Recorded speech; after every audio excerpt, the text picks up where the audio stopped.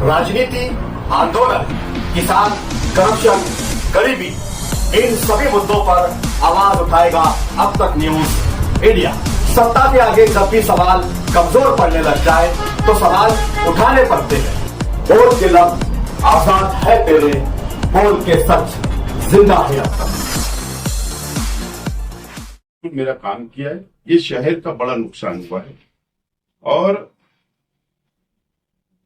मैं इस्लाम पक्ष से महानगर पालिका की निवडणूक लड़ा और शाम को उनका फोन आता मुझे, बोलने वाला नेता जिस दिन और किसी व्यक्ति को जो शब्द देते थे तो वो पूरा करने वाला नेता आज हमारे बीच नहीं रहा।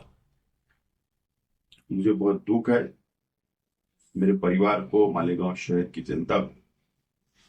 मैं कांग्रेस पार्टी से जब राष्ट्रवादी कांग्रेस पक्ष में गया तो अजीत दादा पवार के ही कारण से, उनके शब्दों पर ही मैं गया था और अजीत दादा पवार ने कहा था कि मालेगांव का विकास करना है, मालेगांव का डेवलप करना है।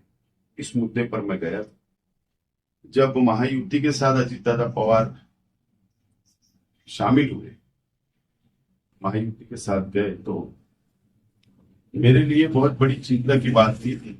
मैं महायुति के साथ अजीत दादा पवार के तो मैं कैसे रह सकता हूं। तो मैं अजीत दादा पवार साहब के पास गया और मैंने उनसे कहा कि दादा, मैं महायुति में आप गए, मैं नहीं आ सकता। तो उन्होंने कोई गुस्सा नहीं बताया, कोई रोष नहीं बताया। उन्होंने कहा कि ठीक है, लेकिन हम अपने संबंध नहीं टूटने चाहिए। और मैं राष्ट्रवादी में नहीं भी था, मेरा खुद का इस्लाम पक्ष मैंने स्थापन किया। जब भी मैं मालेगांव शहर के विकास के लिए, मालेगांव शहर के डेवलप के लिए कोई समस्या लेकर उनके पास जाता था तो कभी भी उन्होंने भेदभाव नहीं किया। जो प्रेम पहले था वो प्रेम आज भी था। और अजीत दादा पवार साहब, जब भी मैं कोई काम लेकर गया मालेगांव शहर के विकास का, तो उन्होंने कभी भी मुझे ना नहीं बोला, जबकि मैं उनके पक्ष में भी नहीं था। तो मेरा काम किया है, ये शहर का बड़ा नुकसान हुआ है और मैं इस्लाम पक्ष से महानगर पालिका की निवडणूक लड़ा और शाम को उनका फोन आता मुझे, जिस दिन निकाल हुए, मुझे बधाई दिए कि बहुत अच्छा तूने सीटें चुन कर लाया, देखो बधाई हो, और शुभकामनाएं दिए कि आगे भविष्य के लिए, राजकीय भविष्य के लिए उन्होंने शुभकामनाएं दी। एक ऐसा नेता जो मेरा, उनके पक्ष से मेरा कोई संबंध नहीं रहा, सिर्फ एक पारिवारिक संबंध, एक हमारे बीच में जो रिलेशन था, उस कारण से उन्होंने मुझे बधाई दी। कोई नेता आज तक मैंने नहीं देखा कि किसी दूसरे पक्ष के नेताओं को अच्छी सीट चुनकर लाने पर बधाई देता हूं।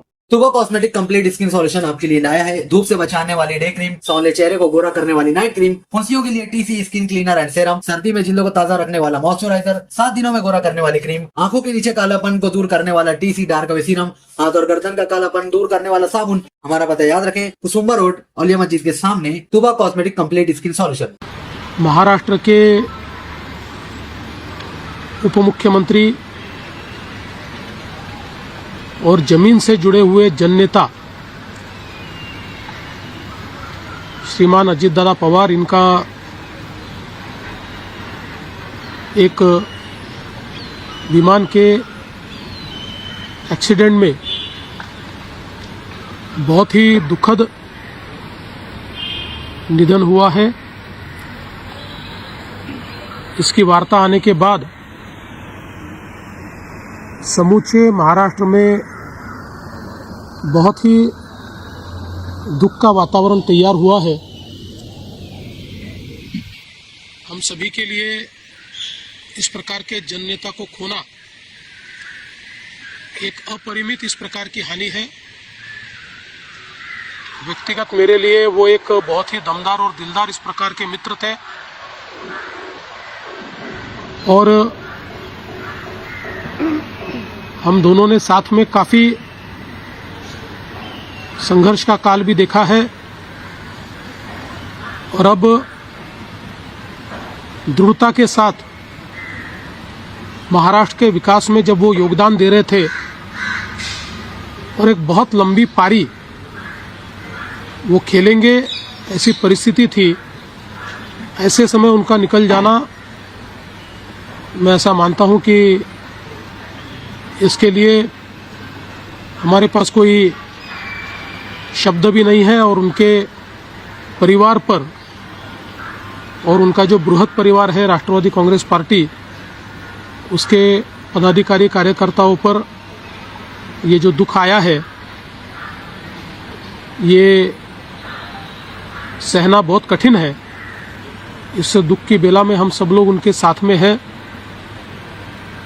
अभी जो उनका परिवार है वो जब बारामती पहुंचेगा, उसके बाद उनसे चर्चा करके आगे की सारी चीज़ें ज्ञात की जाएगी।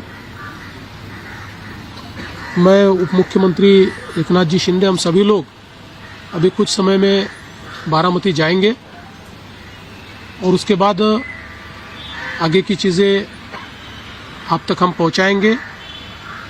सुबह मैंने आदरणीय प्रधानमंत्री जी को और आदरणीय गृह मंत्री जी को इसकी पूरी जानकारी दी।